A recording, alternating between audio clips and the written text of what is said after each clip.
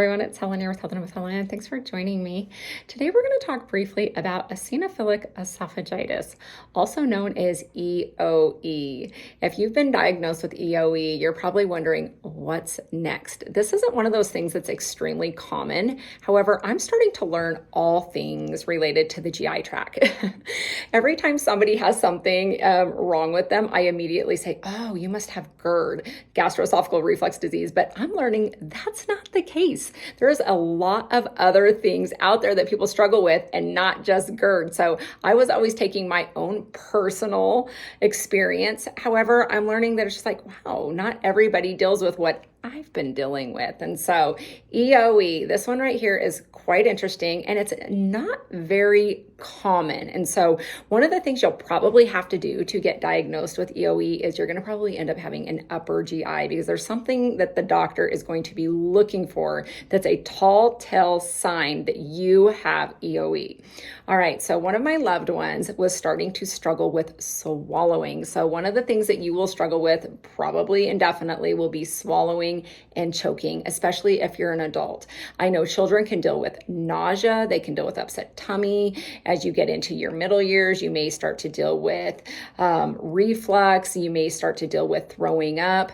But as an adult, one of the things that you will start struggling with, if you are struggling with this, will be choking and trouble swallowing. So for about a year and a half, my loved one was having a really hard time eating any type of bread or any type of meat. In fact, it got to the point where we were going to have to start doing the Heimlich over a series of times. It didn't matter where we were at, what event we were at. If they weren't eating tiny, tiny little bites and chewing and chewing and chewing, then they started to choke. And so it got really scary, even to the point where I was just like, how long do we have before an ambulance or before a fire truck would get here if you are choking?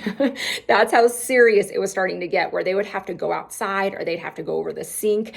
At one point in time, one of my family members had to come into the kitchen and get up behind him, and we were thinking we were going to have to do the Heimlich. So it was getting to the point where it was getting super scary, and it was just like, we can't keep doing this because I don't know how much longer we're going to be able to do this without you actually choking and potentially even dying. And so automatically, we started thinking that this person was struggling with reflux. We thought, you are dealing with silent reflux. You probably don't even know you have reflux when you sleep. You're getting silent reflux. Your esophagus is starting to swell up and get scar tissue. So you're starting to get strictures, and that's what's happening. So we had already self-diagnosed them, again, because everything in my mind is always GERD. But come to find out, that wasn't even the case. That is not what was going on with this person. So we go in, we schedule an appointment, and they have to get an upper GI. And after the upper GI is completed, the doctor sits down and comes and talks to me and says, well, we believe that your loved one has allergies. And I'm like, allergies? Like, what are you talking about? He's choking literally like all the time after he eats. And he's just like, yes, we believe that he has EOE. Well, this is the first time I had ever heard of this, like ever. I had never read on it. I didn't know anybody else who struggled with it. So this is not a common thing. Like, some children can get it. Sometimes you can get it in your teens, but it sounds like it's something that males suffer with, middle-aged male men suffer with. And so this is not a common thing, but that doesn't mean that it's unheard of. It can be caused from food, obviously food, different dietary things, and it can also be caused from environmental factors because you are having an allergic reaction. So what happens is when you're in an environment, whether it was dander, dirt, dust, animals, maybe grass, or if you're eating certain types of food, your esophagus wants to swell up. Immediately, there is an overproduction of white blood cells because that's our body's amazing way of working and trying to protect us. But they come in and they try to protect the esophagus, but they get so thick that all of a sudden it starts closing off. Well, obviously, that's extremely dangerous, especially if you are in the process of eating, because the food isn't going to go down, it's going to get stuck. Therefore, you're going to start choking. And the doctor actually told me that he goes in several times a week to the hospital to get food out of people where there's food lodged in there because it just couldn't go down. And I'm like, what? I would be so scared, so freaked out. Anyways, so the thing is now you got to find out, what is it that I'm allergic to, okay? Because one of the things that the doctor said that he looks for when he goes in there with people who have this EOE is that their esophagus starts to look like a cat esophagus. Yes, a kitty cat esophagus. And what I mean by that is there's these rings. There's rings that go all the way down the esophagus. So that is a way, those are the eosinophils, and that is the way that they can tell that that person is having that type of reaction, that they're having an allergic reaction to something. And so a normal esophagus would not look like that. But now you got to find out what they're allergic to. The first thing that the doctor told me was, he was like, I think he's allergic to corn. Like, he just knew it right away. And I'm like, corn? It's like, he's been eating corn for his whole entire life. He's in his 50s. I'm like, corn?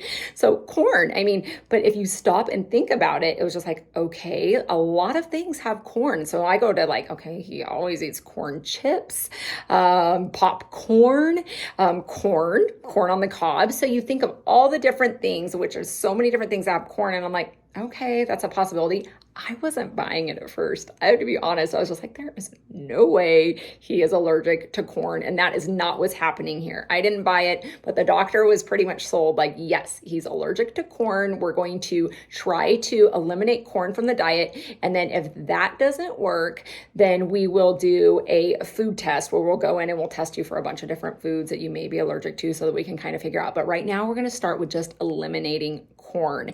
And we're going to give him a PPI, which is a proton pump inhibitor, just to kind of help with any of the reflux and GI stuff that might be going on. Because oddly enough, you do get a little bit of reflux. Some people do when you have EOE.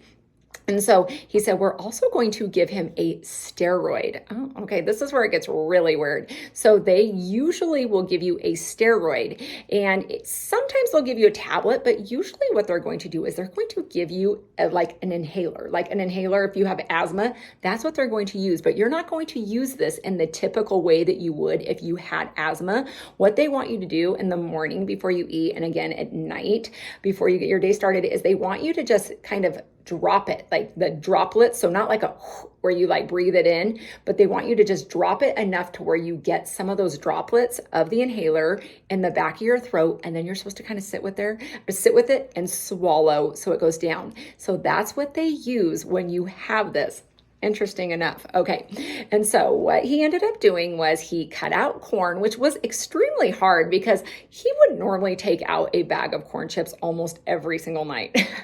Maybe not every night, but it felt like it. He eats a lot of corn chips and a lot of popcorn, like pop up a bag of popcorn or get out some of those blue corn chips with some salsa. That was always a really like go-to snack. So this was going to be a little bit tricky, but we thought that we would try it out, and we would also try the little inhaler, which I don't know that he did that as regular as he could have or should have. However, we thought we're going to start eliminating corn, and little by little by little over the last several months, lo and behold, he's not choking anymore, you guys. He is not choking. So the doctor was spot on. He had a corn allergy, and just by eliminating corn from his diet, eating smaller bites, and obviously chewing more, he is no longer getting food lodged into his throat. We're no longer fearful that we're going to have to call the ambulance or worse, find him laying on the floor somewhere. And so he actually mentioned it like just a month ago, and he was like, wow, I'm not choking anymore. He does notice like certain things might get a little more stuck than other things. Just that would be the typical person if you don't probably small bites and chew it. But like chicken, you got to be really careful with chicken because it's dry and it's kind of thick and it wants to get stuck anyways. Bread, thick bread can get stuck too, anything real crusty and thick. And then obviously we already know steak and brisket, things like that. You really got to be careful because that's going to want to get lodged anyways. And if you're already somebody who's suffering with an esophagus that's swollen or has the tendency to swell, you definitely want to be careful. And so he has been, and everything is going really good. I know that this isn't always a one size fits all because it may not be corn. It might be something completely different that you're allergic to. But I do believe once you find out what that trigger is, and if you get rid of it, then you can have complete recovery. And the thing that the doctor told me is like for the rest of his life, his new best friend is just chewing, small, tiny bites, and just being really, really aware of anything that causes him to swell up. That way we can get it taken care of immediately. So I hope this helps somebody. I thought it was interesting stuff, never heard of it. And if you are struggling with it, just want to give you a little bit of hope. As long as you can find out what it is, you should be good to go. Thank you and God bless. Have a great day. Bye.